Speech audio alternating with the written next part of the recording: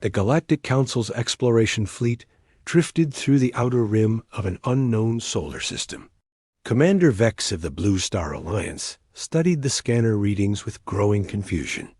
The third planet from the local star showed signs of advanced civilization, but something was wrong with the energy signatures. "Sir, we're detecting massive metal structures in orbit," reported Navigator Cole. "They appear to be defensive platforms?"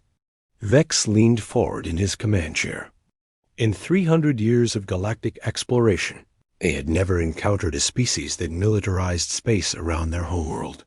Most civilizations barely managed to reach their own moons before the Council made contact.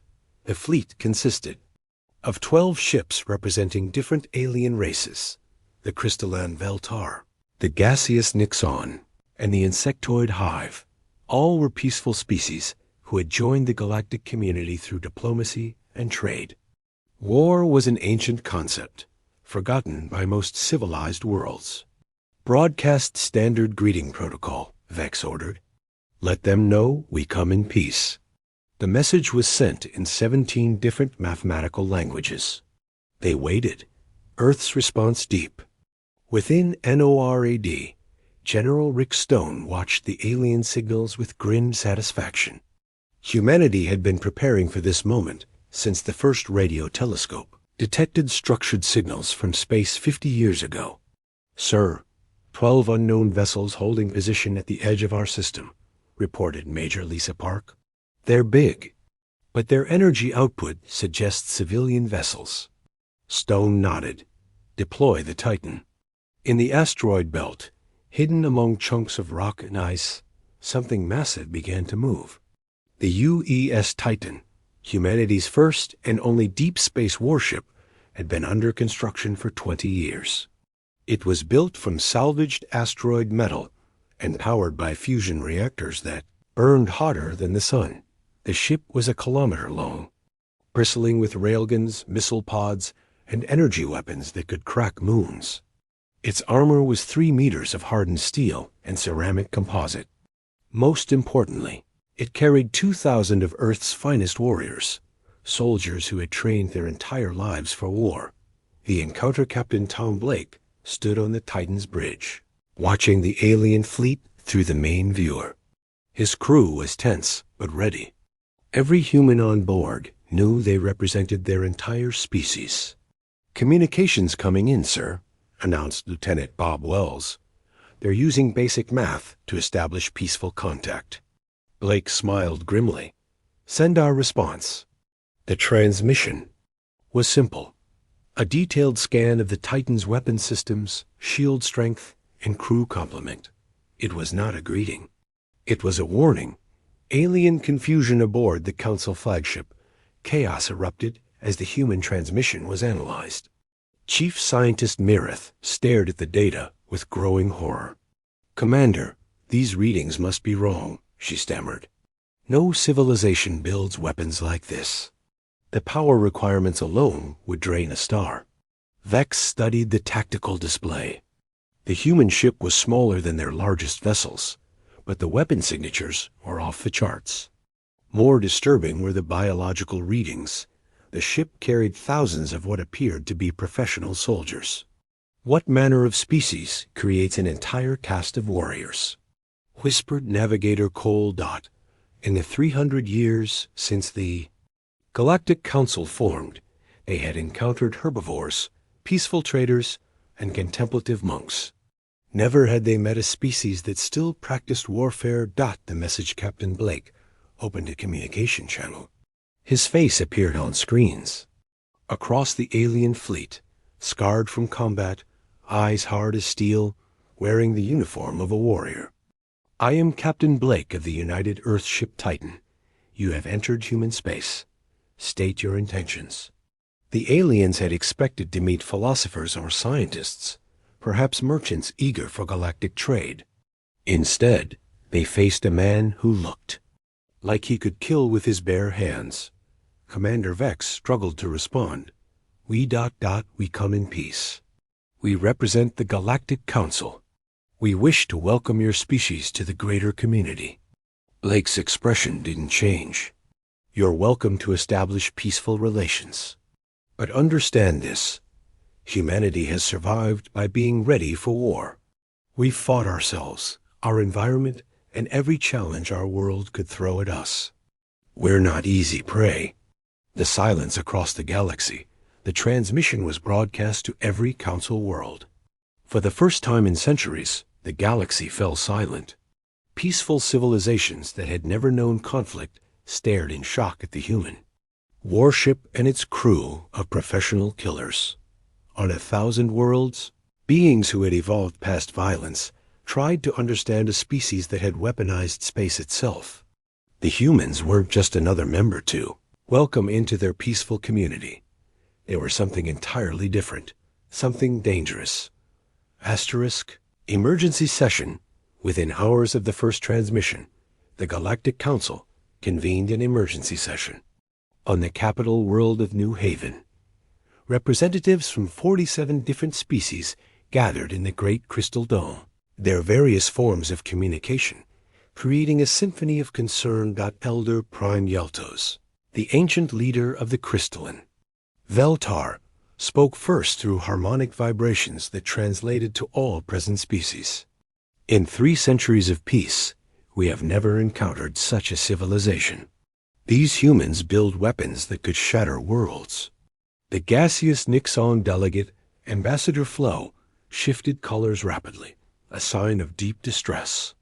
Our analysis suggests their single warship carries enough firepower to level our entire home cities. Why would any species need such destructive capability? Dr. Zinka of the peaceful Morgon species projected holographic data into the center of the chamber. We've studied their transmissions. They call it military doctrine. They have entire institutions dedicated to the study of warfare. Their history is filled with conflicts. Earth's dark history. The Council's researchers work frantically to decode human communications from Earth. What they discovered chilled them to their core. Humanity's history was written in blood. Wars spanning continents. Weapons that could end all life on their planet. They had fought over resources, ideology, territory, and sometimes for no reason other than perceived differences. Look at these statistics, trembled Scholar Witta, her tentacles curling in fear. In their last global conflict, they killed 60 million of their own species. 60 million. Some of our entire worlds don't have that many inhabitants. But more terrifying was humanity's progression. They had gone from throwing rocks to splitting atoms in mere millennia. Other species took hundreds of thousands of years to develop basic technology. Humans weaponized everything they touched. Titan's patrol, meanwhile, the UES Titan continued its patrol of the solar system's edge. Captain Blake received regular updates from Earth Command as more alien ships arrived. The Council fleet had grown to 30 vessels, all maintaining a respectful distance. Captain, we're detecting deep space transmissions, reported Communications Officer Dave Kim. They're broadcasting our encounter across their network. We've got the whole galaxy's attention now. Blake nodded. This was expected. Humanity had always known that first contact would be a test. They had prepared for 3 scenarios: peaceful trade, hostile invasion, or something in between. The aliens seemed peaceful, but Blake trusted no one completely. Any sign of hostile movement? He asked Tactical Officer Anna Cruz. Negative, sir. If anything, they're backing further away. Some ships are maintaining position at twice our missile range. Fear spreads across the galaxy. The news spread like wildfire. The humans weren't just another primitive species to uplift. They were something unprecedented, a technological civilization that had never given up warfare. On the peaceful world of meditation, the monk-like Silround species held emergency prayer sessions. They had evolved past all forms of violence millennia ago. The concept of a warrior was literally incomprehensible to them. The trading hub of merchants. Cross saw panic selling as various species worried about the implications. If humans could build one warship, they could build thousands. What would that mean for galactic stability? They're not even in space yet, panicked Trader Gilms to his business partner. One ship, and look what it can do. What happens when they build a fleet? Human nature back on Earth. General Stone briefed the world's leaders via secure satellite link. Presidents, prime ministers, and military commanders from every nation listened as he explained the situation. The aliens seemed genuinely peaceful. Stone reported, but they're also genuinely terrified of us. Their entire civilization is built on the assumption that advanced species don't fight wars. President Johnson of the North American Union leaned forward. What's their technological level? Advanced, but focused entirely on peaceful applications. Their ships are explorers and traders. We could probably fight their entire fleet with just the Titan. The Chinese premier asked the crucial question. Are they a threat to Earth? Stone considered this carefully. No, sir, but we're apparently a threat to everyone else. The proposal in the council chambers, the debate raged for hours. Some species wanted to withdraw entirely and quarantine the human system. Others suggested attempting peaceful integration while maintaining extreme caution. Elder Prime Yeltos finally called for order. We cannot ignore them. They will eventually develop faster-than-light travel on their own. Better we establish relations now, while they're contained to one system. Ambassador Flo of the Nixon agreed, though his colors showed continued anxiety. But we must approach carefully. One wrong move could spark the first galactic war in 300 years. The decision was made. They would send a single diplomatic vessel to establish formal contact, but the entire council fleet would remain on standby, ready to flee if negotiations went wrong. For the first time in centuries, the galaxy prepared for the possibility of war, got the diplomatic mission ambassador Nelsa of the peaceful young Tai species. Volunteered for what many considered a suicide mission. Her ship, the Harmony, was unarmed and carried only a small diplomatic crew. It approached the human solar system, broadcasting continuous peaceful intentions. Nelsa studied the human response protocols as her ship drew closer to the massive warship. The humans had agreed to formal talks, but they insisted on conducting them aboard their own vessel. This violated every diplomatic norm the galaxy had established over centuries. Ambassador, called her aide Felix, are you certain about boarding? Their ship? Our analysis suggests their atmosphere contains toxins that most species consider poisonous. Nelsa checked her environmental suit one final time. Oxygen and nitrogen. Primitive, but manageable. What concerns me more is the psychological profile of their captain. The files made for disturbing reading. Captain Blake had spent 20 years in military service, including combat in 3 different conflicts. His psychological evaluation described him as professionally lethal, but surprisingly stable. For a species that had forgotten what combat meant, this was terrifying. Boarding the Titan, the docking procedure itself was intimidating. The human warship's bay doors opened to reveal a hangar large enough to hold Nelsa's entire ship. As the Harmony settled onto the deck, she could see human soldiers in full combat gear, armed guards at what was supposed to be a peaceful meeting.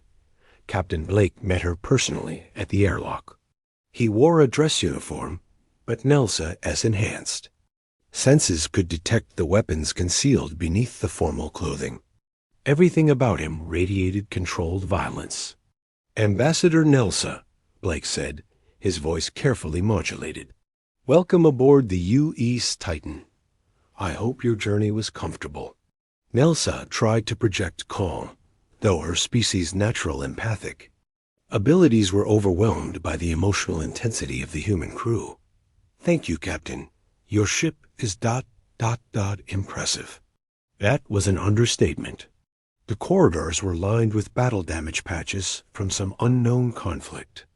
Armed humans stood at regular intervals. Even the walls seemed designed for war, thick, reinforced, covered with tactical displays showing weapon status and defensive positions. The conference room, the diplomatic meeting, took place in what the humans called a briefing room. Maps covered the walls showing stellar positions, trade routes, and what Nelsa realized with growing alarm were tactical assessments of every Council world's defenses. "You've been studying us," she observed, pointing to a detailed analysis of Veltar crystal technology. Blake nodded without embarrassment. "We study everything, Ambassador. It's how humans survive. We hope this information demonstrates our commitment to understanding our neighbors." Nelsa activated her translation device and began the formal greeting protocols. "The Galactic Council extends welcome to humanity and offers membership in our peaceful community. We have 47 member species who have prospered through cooperation and trade. And if we refuse?" Blake asked quietly. The question caught Nelsa off guard. In 300 years, no species had ever refused Council membership. That has never happened, Captain. Why would anyone choose isolation over prosperity?" Blake leaned back in his chair. "Because sometimes the price of membership is too high. What would the Council expect from humanity?" Terms and conditions. Nellis consulted her diplomatic files. The standard agreement was simple: share technology, open borders to trade, contribute to collective scientific advancement, and maintain peace. For most species, it was an easy choice. "We would expect humanity to decommission its military vessels," she began, then stopped as Blake's expression hardened. "The galaxy has moved beyond the need for weapons, Captain.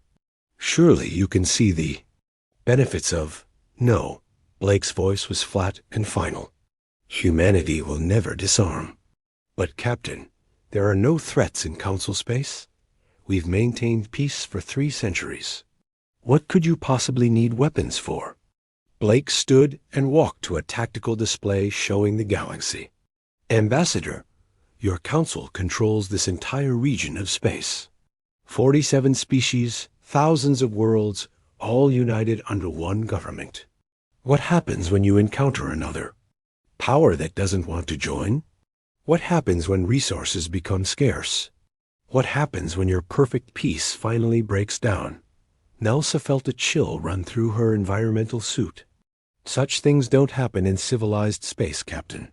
They happen everywhere eventually," Blake replied. "Humans learned that lesson the hard way. We've seen what happens when peaceful people meet those who aren't peaceful. We've been on both sides of that equation." The human condition Blake activated. A holographic display showing Earth's history. Images of warfare, but also of incredible cooperation in the face of adversity. Humans fighting together against natural disasters, working to heal their wounded planet, pushing the boundaries of science and exploration.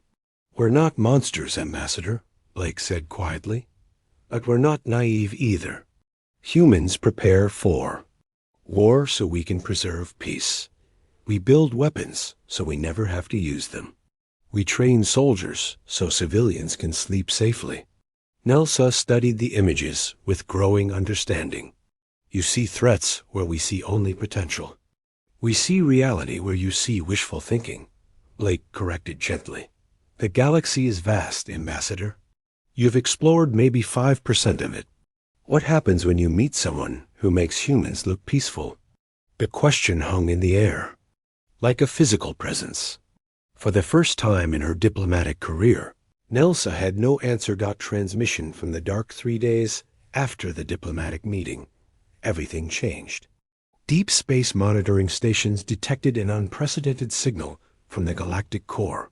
A transmission unlike anything in the Council's vast databases. Dr. Zinka worked frantically in the science center aboard the Council flagship, her 4 arms moving across multiple interfaces simultaneously. "The signal is definitely artificial," she reported to Commander Vex, "but the technology is beyond anything we've seen." The transmission was brief, but chilling. Coordinate data for 12 Council worlds. detailed scans of their defensive capabilities, and what appeared to be tactical assessments. Someone had been watching the galaxy for a very long time. "Sir?" called Navigator Cole, his voice tight with fear. "We're detecting massive energy signatures moving toward the outer rim. Multiple contacts, heading for the human system." The swarm arrives. Captain Blake received the warning from the Council. Fleet moments before his own sensors detected the approaching threat. A tactical display lit up with hostile contacts. Dozens of ships unlike anything in human or Council databases. "Analysis, Commander Cruz," Blake demanded. "Unknown configuration, sir. Energy signatures suggest heavy weapons and military grade. Shielding. They're moving in perfect formation. Definitely hostile intent." Blake studied the approaching fleet. The ships were dark, angular, and radiated menace. Where human vessels were built for function and Council ships for peaceful exploration, these craft were clearly designed for one purpose: war. "Communications. Patch me through to the Council flagship." Unlikely Alliance Commander Vex appeared. On the main screen, his reptilian features tight with worry. "Captain Blake, our long-range scanners show 43 unknown vessels approaching your position. We believe they may be hostile." "Confirmed," Blake replied grimly. "My tactical officer counts 45. They'll be in weapons range in 6 hours. Captain, the Council fleet will withdraw to a safe distance." This appears to be a first contact situation that has gone wrong. Blake's expression hardened. "Commander, those ships aren't here for first contact. They're here for conquest. If you retreat now, they'll follow you back to Council space." The bridge fell silent as the implications sank in. These unknown attackers had tracked the Council fleet to the human system. Retreat would only lead them to inhabited worlds, filled with billions of peaceful beings who had no defenses. "What do you suggest, Captain?" Vex asked reluctantly. "We fight them here, together." Preparation for battle. Ambassador Nelsa, still aboard the Titan, watched in amazement as the human crew prepared for combat. Every movement was precise, practiced, deadly. These beings had spent their entire evolution preparing for moments like this. "Captain," she said quietly, "my people don't know how to fight. We have no weapons, no training, no experience with violence." Blake nodded, his attention focused on tactical displays. "Then you'll learn quickly, or you'll die slowly. Those ships out there aren't coming to talk." The Council fleet consisted of exploration and science vessels. Their shields were designed for asteroid impacts and cosmic radiation, not military weapons. Their hulls were built for efficiency and comfort, not battle damage. Commander Vex's voice carried new respect. "Captain, you cannot fight 45 ships alone." Blake's smile was sharp and cold. "Commander, you're about to learn something important about humanity. We don't fight alone. We fight for each other." The human captain turned to his crew. "All stations report ready, sir. And let's show them what humans do to bullies." The first shots of the galaxy's first war in 300 years lit up the darkness of space. Battle in the void. The space around Earth erupted in violence as the U.S. Titan engaged the machine fleet. Captain Blake's ship moved like a living thing, its weapon systems firing in perfect coordination, while its shields absorbed devastating counterattacks. "Direct hit on Target 7, reported Commander Cruz. "Their port weapons array is offline. But for every machine ship the Titan damaged, 2 more closed in." The artificial intelligence commanding the enemy fleet calculated optimal attack patterns with ruthless efficiency, concentrating fire on the human warship's most vulnerable points. Ambassador Nelsa watched from the bridge in stunned fascination. As humans fought with a coordination that seemed almost telepathic, each crew member anticipated the other's needs, working together like parts of a single organism designed for war. "Captain, hull breach on Deck 12, called damage control. Seal. It can reroute power through secondary systems. Blake ordered without taking his eyes off the tactical display. Fire control. Concentrate plasma cannons on the lead ship's central processor core. Council ships under fire. The machine fleet quickly identified the Council vessels as easier targets. 5 automated warships broke off from the main attack and moved toward the peaceful exploration ships. Commander Vex watched helplessly as weapons fire lanced toward his vessel. All ships, evasive maneuvers. But his crew had no experience with combat flight patterns. The first Council ship, a beautiful, crystalline science vessel from the Veltar homeworld, exploded in a shower of brilliant fragments. 300 peaceful researchers died in an instant. "Return fire," Vex ordered desperately. "Sir, we don't have weapons." Navigator Cole replied. That was the moment the galaxy's peaceful species realized their fatal mistake. In 3 centuries of peace, they had forgotten that the universe was not inherently safe. Human sacrifice. Captain Blake saw the Council ships under attack and made an instant decision. All stop. Full reverse thrust. Bring us between the enemy and the Council fleet. "Sir, that will expose our ventral hull to the main attack force," Cruz warned. "Do it anyway." The Titan swung around, placing itself directly in the path of enemy. Fire meant for the Council ships. The human warship's armor held, but barely. Damage reports flooded the bridge as the ship absorbed. Punishment meant for 5 different targets. Nelsa watched in amazement as humans willingly sacrificed themselves for beings they had met only days before. "Captain, why are you protecting?" "You? We're not your people." Blake fired manually as his weapons officer fell wounded. "Ambassador, this is what humans do. We protect those who can't protect themselves." The tide turns. The battle seemed hopeless until something unexpected happened. The Council ships, unable to fight with weapons, began fighting with what they had. The gaseous Nixon vessel released a cloud of corrosive atmosphere that ate through enemy hull plating. The insectoid hive ship used its mining equipment as improvised weapons. Most importantly, they began working together. Dr. Zenka coordinated their efforts, using her scientific knowledge to identify weaknesses in the machine. Ship's design. "Captain Blake," she broadcast, "we've identified their central command frequency. If we can disrupt their coordination, ... "Do it," Blake replied, even as his ship shook under renewed attack. The combined Council fleet began broadcasting interference on the machine frequency. The enemy formation wavered, their perfect coordination disrupted. Individual ships began making tactical errors. Victory and loss, the battle turned into a rout. Without their central coordination, the machine ships fought as individuals against a coordinated force. The Titan's superior weapons and armor finally began to tell. One by one, the enemy vessels were destroyed. When the last machine ship exploded, an exhausted silence fell over the human system. The UE's Titan drifted, heavily damaged but victorious. Half the Council fleet had been destroyed, but the other half had survived to spread the warning. Captain Blake slumped in his command chair, wounded but alive.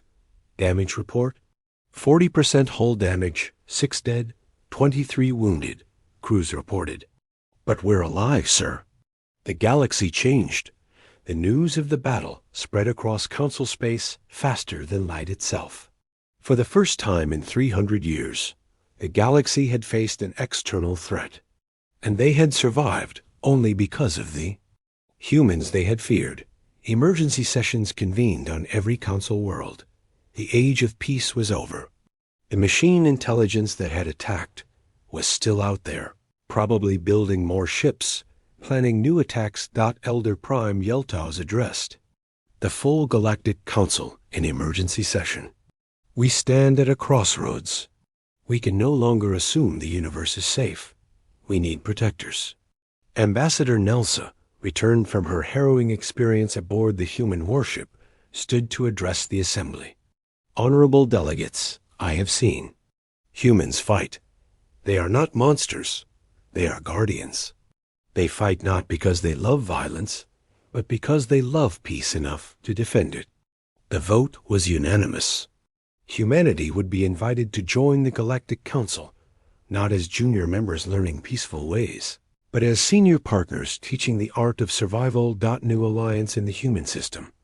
Captain Blake shook hands with Commander Vex as repair crews worked on both their damaged ships.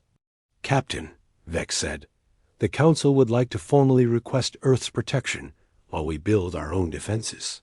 Blake nodded grimly. We'll help, Commander. But understand, we're not just building defenses. We're building an alliance.